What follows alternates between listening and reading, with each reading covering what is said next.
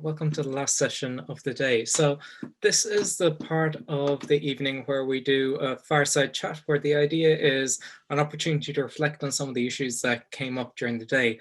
I'm very lucky to be joined right now by Cassidy Nelson, who is co-lead of the Future Humanity Institute's biosecurity research team. And so I'll probably focus a little bit more on some of the bio-risk and bio-GCR issues that were raised earlier, because Cassidy has a really rich body of work in this area that I'd like to draw on a few insights from. But we'll try to cover as many of the topics that came up this afternoon as we can. Cassidy, I wonder if you'd like to say a few words to introduce what you're working on. Yeah, hi. Thanks, and I'm glad to be here today. I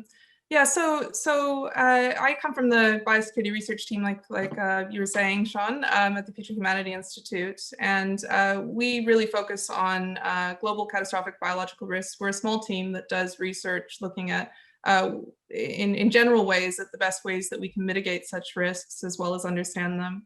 We mostly have been focused, especially given COVID-19, on various different policy responses and engaging with government figures on various different ways that we could both look at this pandemic, but also look to future pandemics and find ways that we could better prevent them as well as better respond to them in the future. So we do work that spans across a lot of research on different policy options, as well as on different promising technologies, as well as the risks from certain technologies, especially in the biotech sector, and ways that we could better have better governance and regulations in those industries. So one of the topics that you've talked about a bit in the past, and it came up in the earlier discussion, was the value of tabletop scenario exercises. Nancy talked about Event 201, which was really prescient in some ways in the way it thought through a potential pandemic that had some considerable similarities to the one that we're currently facing. And I know that you've recommended in the past that these kinds of initiatives, and I think you mentioned Event 201 as a good example, as well as CLADEX, which was also a Centre for Health Security exercise. And of course, in the UK, we've had Operation Cygnus. But one thing I picked up on that Nancy said is that she felt like it didn't really have very much in terms of long-lasting consequences.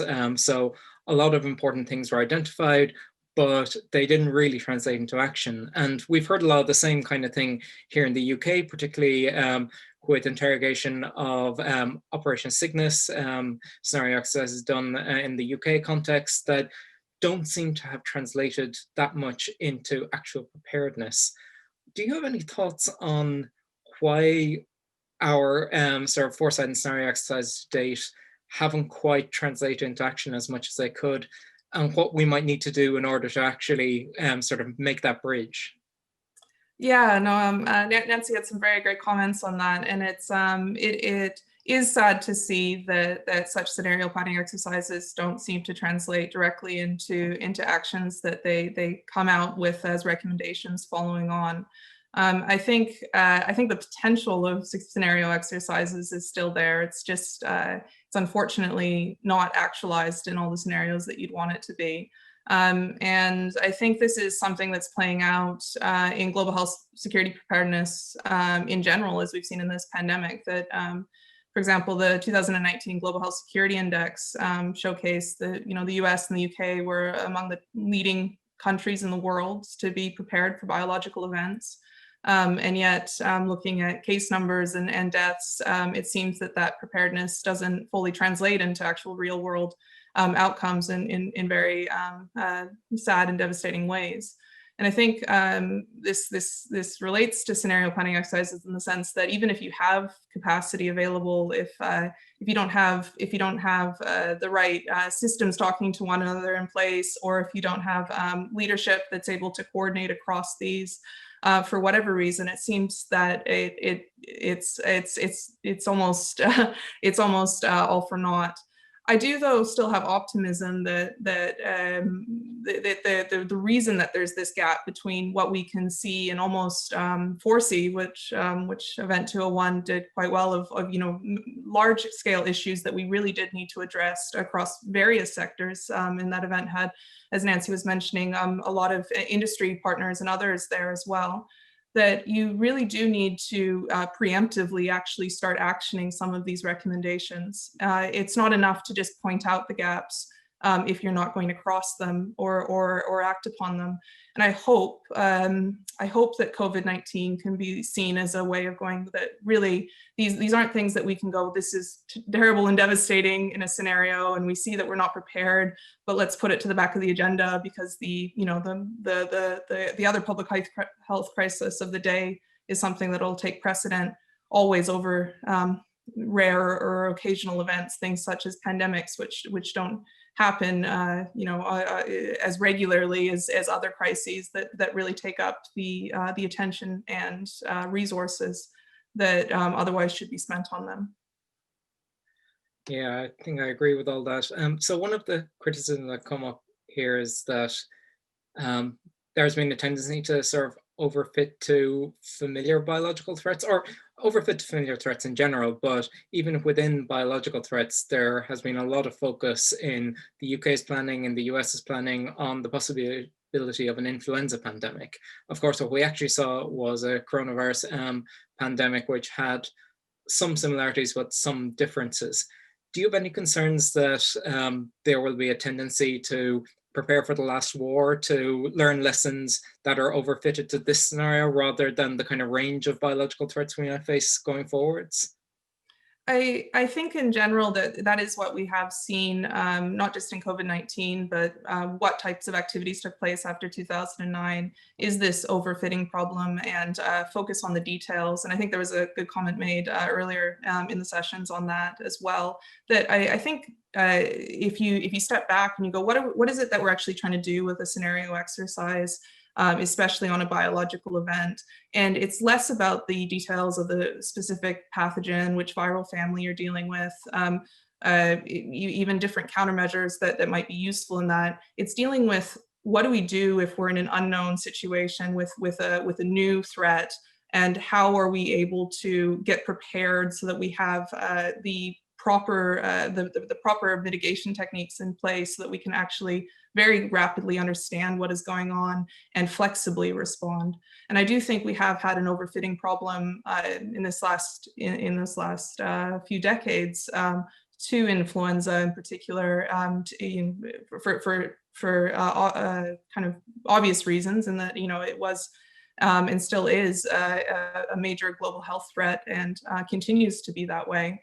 But to not prepare for things like other viral species, to not prepare for something that we focus a lot at in our research on laboratory accidents and deliberate use events as well, which could have a range of different types of things in this threat space that are quite different than a naturally occurring influenza pandemic. You really are caught off guard, and you have to be in the moment, as we've seen in the UK as well as the US and globally, systems having to really come online and scramble to work out what do you do, how do I get the data that I need, how do I get my supply chains working when there's a huge pull on it from not just you but surrounding nation states as well. And I think in general, it's much harder and it's much more nebulous as a problem to deal with. But preparing across the board for biological threats is really what should always be reinforced as the actual thing that we're trying to do when we're doing things such as scenario planning. I want to pick up on that because, so this is a point that, I mean, you've made it, I think Nancy and Kareem made it, but it also came up yesterday. So Martin Rees in the 2003 book wrote about his concerns really being from these error and terror scenarios where we might make accidents and accidentally release engineered pathogens, or these could be deliberately used in attacks. And I know Toby Ord lists in his book, and we spoke to him yesterday, he's particularly concerned about the engineered outcomes. I know you've written on a range of these topics. You've published a paper last year on engineered pathogens. Do you think that this is an area where a lot of concern should be focused. And do you have any concern that this as a topic, and particularly, well, whether it's accidental release or deliberate attack? So accidental release has gotten quite a bit of attention lately as an idea, particularly with gain of function influenza. And Nancy spoke about that, as did Kareem. But the deliberate use, there's been... So one concern I have is that because biological weapons haven't been used in a very long time in a big way, it's kind of fallen off the attention span of perhaps decision makers compared to some of the other threats that we face. Do you think that these issues are sort of prominent enough in the minds of people who should be thinking about them? In general, no. I think in general, public health is still very much natural disease centered, and I think that is where they have seen the majority of the risk. So it's a natural kind of pathway that they go down with what they think about. It was quite harrowing to hear Nancy talk about the research on potential of lab accidents up to 25% in the next decade on highly pathogenic avian influenza. And I think that is also something that's just not very much focused upon. I think in general, there is a, I mean, thankfully, like you were saying, there's only few and far in between examples of deliberate biological weapon use in our history, which to me though doesn't give a excuse for complacency. For a few reasons. The incentives to use biological weapons, while can be debated, can still exist, and arguably may have increased in the kind of showcase that COVID-19 has done in terms of that an infectious disease can wreak havoc on economies and devastate countries in various ways, weakening their security and other capacities. Main thing that I spend a lot of time thinking about as well is that while the natural world can produce an array of very dangerous pathogens, our capability to engineer new pathogens, our ability to do modifications, while still something that's still being developed, is very much here today, let alone what we're able to do this century, even in the next few decades of better understanding of pathogenicity and things that could be quite destructive. And I do worry that could be potentially even more destructive than something that arises via an evolutionary pathway. Because of this, it's not uncommon at all by any means to hear in biosecurity circles people have a large concern about engineered pathogens causing pandemics.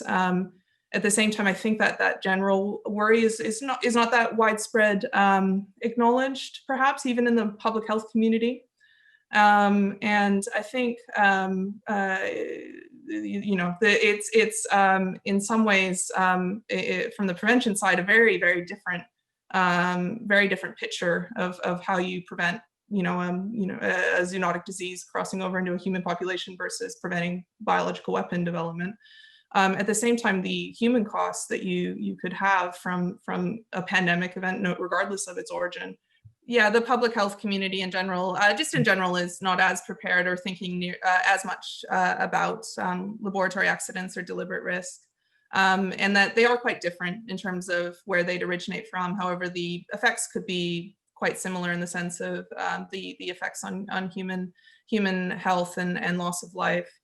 And I do think in terms of if you're ranking in terms of what potential impacts you could have, I think this isn't an area that we should really be neglecting, especially as we go forward with the types of biotechnology capabilities that we're developing.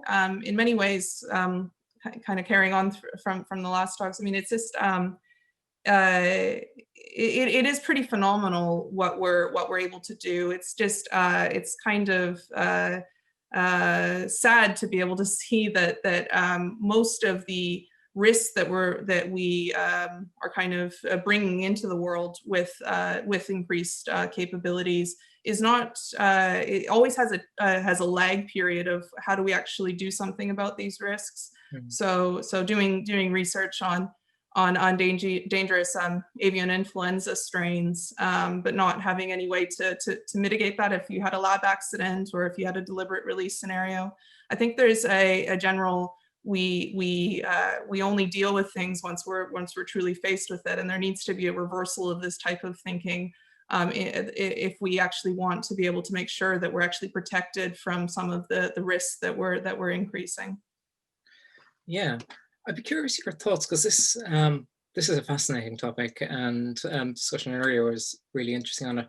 How do we do sort of meaningful cost-benefit analysis on this kind of research? Because the benefits are, or at least the potential benefits, are surely huge. I mean, if we are constantly facing the threat from natural pandemics, and the environment is basically the biggest lab in the world, understanding how close a pathogen is to evolving, how many changes might need to happen for it to be human transmissible, and what the characteristics of that would look like, seems like it could be hugely valuable, particularly if it allowed you to get a head start on vaccines. On the other hand, if you're running the risk of accidentally releasing this from a facility or producing information that could be misused by somebody, there are obviously some very big threats to this, but you're doing a very challenging comparison to try to come up with a sort of a rigorous and sensible estimate of what kind of research we should do. What kind of thinking have you done around this? So our center has done a lot of thinking with regards to what's the dangerous risk of especially information release. In thinking through this, there's no simple solution to global governance in the biotech space or of science. I do think in general, and Nancy pointed this out in her talk, there's quite a divide in the scientific community about science for progress versus what risks are we creating, and are these really worth it? I think the first step is to really kind of cement in that conversation and actually start having awareness of this. The actual awareness of dual use research concerns is still markedly low. So people aren't even thinking through the very initial steps of like, could my research actually be introducing more risk than it actually reduces in the world? I think that's a major point to even begin with. I do think as we go forward, it's important to note that if you're doing research in the space, there's also, it's not a binary do it or not do it necessarily. But with people who have a kind of security mindset or proper governance and regulation, you could look at things such as, if I want to be understanding more about which pathogens are the most dangerous to our species, maybe we should do that type of research in a way that we are not enabling bad actors. For example, like don't publish its entire genome of this dangerous pathogen that we don't have any countermeasures against. Maybe have ways in which you go about this type of information acquisition that for example, funders and philanthropists and other people who are doing grants in the sciences could actually have a lot of say over. I think doing it at the very end stage, while still useful, like doing it at the journal publication phase, just isn't as impactful, because once you have preprints in the world, and we've seen the rise of preprints in the COVID-19 era, it's very hard to kind of retract information from the world.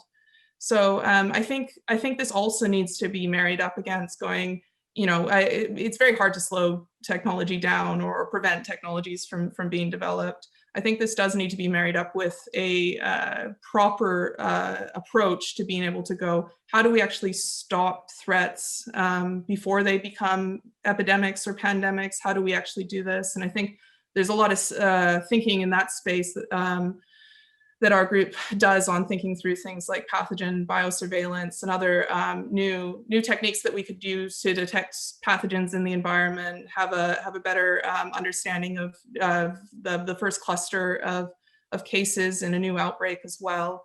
And so I don't think there's a single governance solution that's going to solve this, although there's a lot more work that needs to be done. It needs to be married up with proper countermeasures that we can be deploying simultaneously. So the topic of countermeasures brings me to start linking a little bit to the later discussions and taking a bit of a more kind of optimistic slant.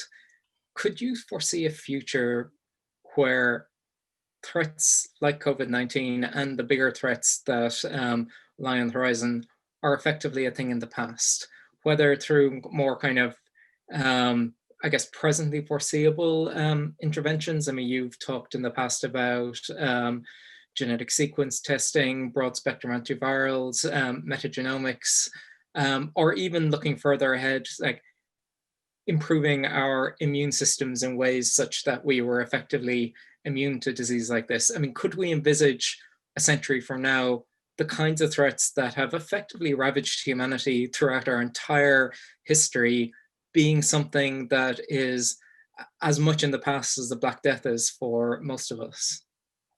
Yeah, I was very inspired by the optimism in the last session, and was really thinking through that as going forward. And I think in many ways there are places we can get to, whether it's the level of, as Toby Orr describes in his book, the precipice, existential security, where we're fully protected against these threats, and no threat could actually penetrate through.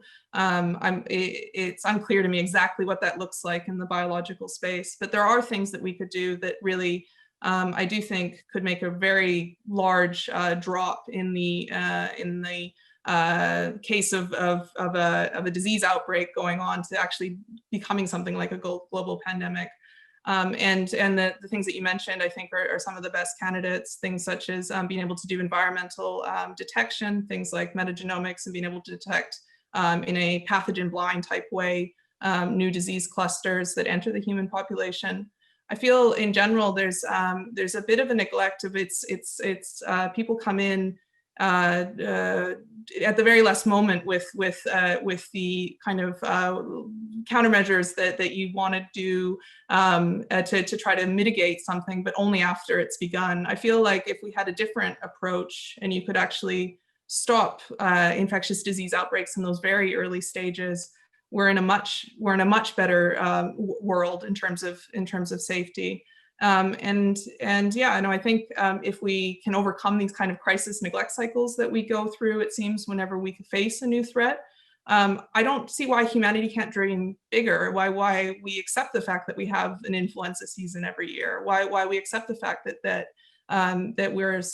we still have infectious diseases in the top 10 causes of death globally, and we face the occasional pandemic. I think if we really thought through this, we go that this is something that we actually could, if we decide to sit down and put our minds to, something that we have the technology today to really start making major headway and strides on. Well, I mean, that's a really ambitious and optimistic vision. How do we convince people of this? It feels like, I mean, I basically share this enthusiasm, and it feels like it's doable. It feels like we should be able to say, well, we see now the cost that a major pandemic causes to society. A fractional amount in comparison put into preparedness, surveillance between outbreaks, putting the right measures in place, developing the right technologies.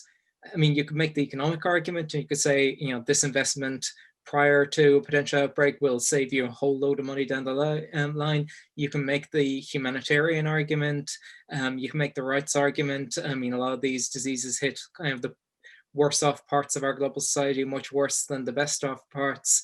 It feels like there are so many different ways in which you can make a compelling argument about this. And the question is, how do we go from this cycle that you talk about, the neglect cycle, where we respond in very expensive ways, to we put in the spare capacity and the planning and the kind of constant but smaller stream of funding that we need to be prepared for the next crisis? Do you see any signs that this kind of, that there is a will to get out of this cycle that we're stuck in at the moment, from your discussions with professionals in this area? I do get a sense that there is a lot of talk, even as COVID-19 is still ongoing. There is a lot of talk about how do we prevent this ever happening again. And I do think when it comes to governments and when it comes to industry and others in this sector of or stakeholders, and it really the financial argument is probably one of the best ones of going that the cost of prevention and preparedness is so fractional compared to the cost of responding to something like COVID-19, which is something that's been terrible, but might not be the worst thing that we face this century.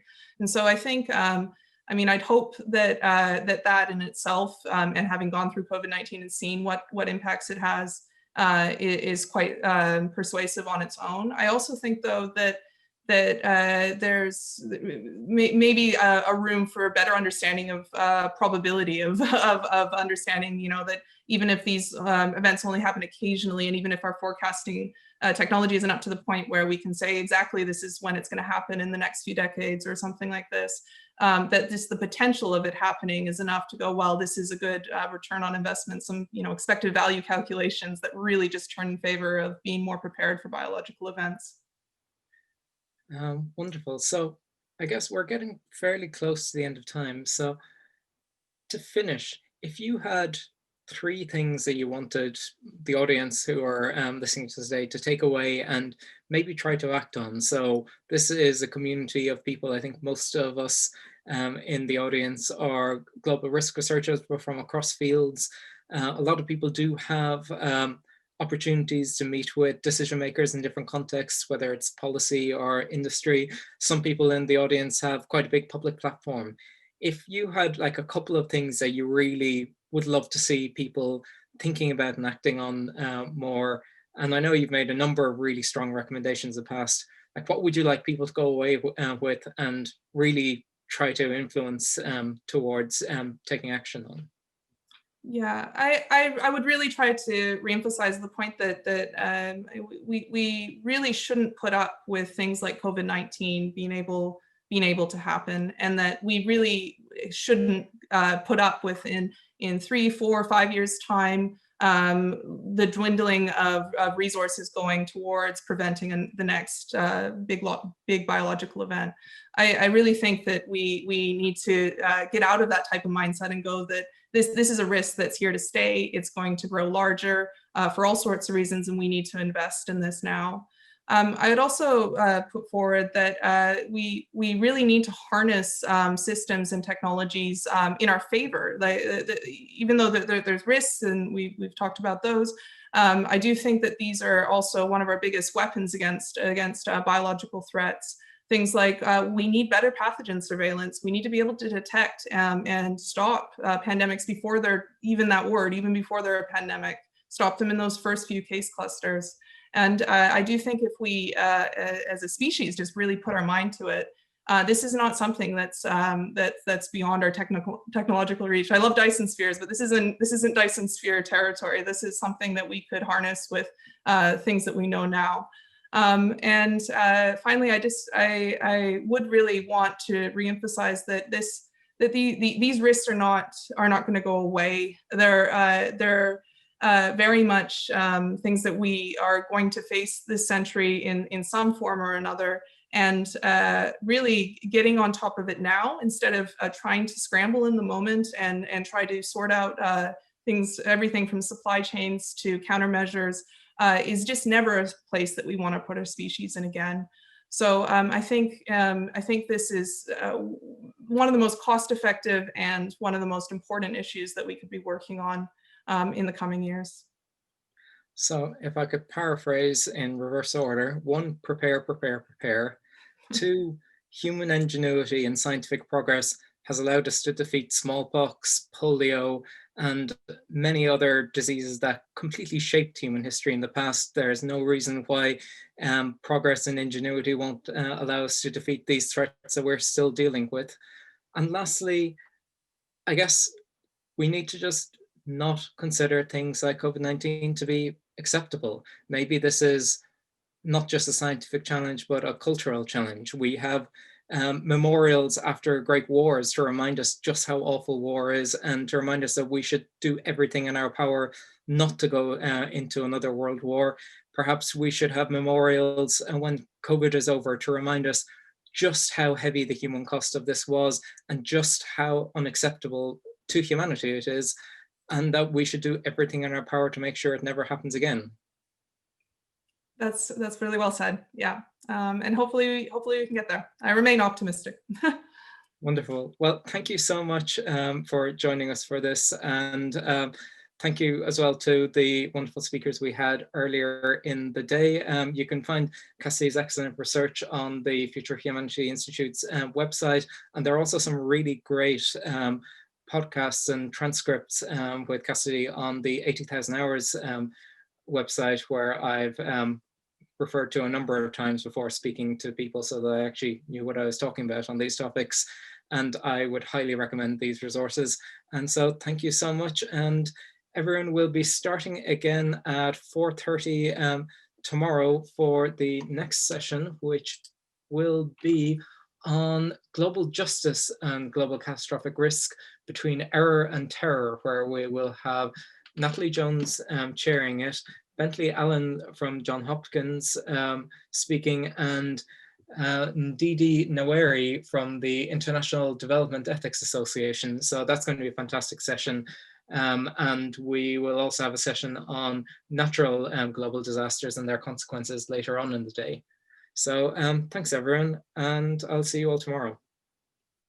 Thanks, Seán, and thanks to the whole organizing team. Thanks, Bye Cassidy. now.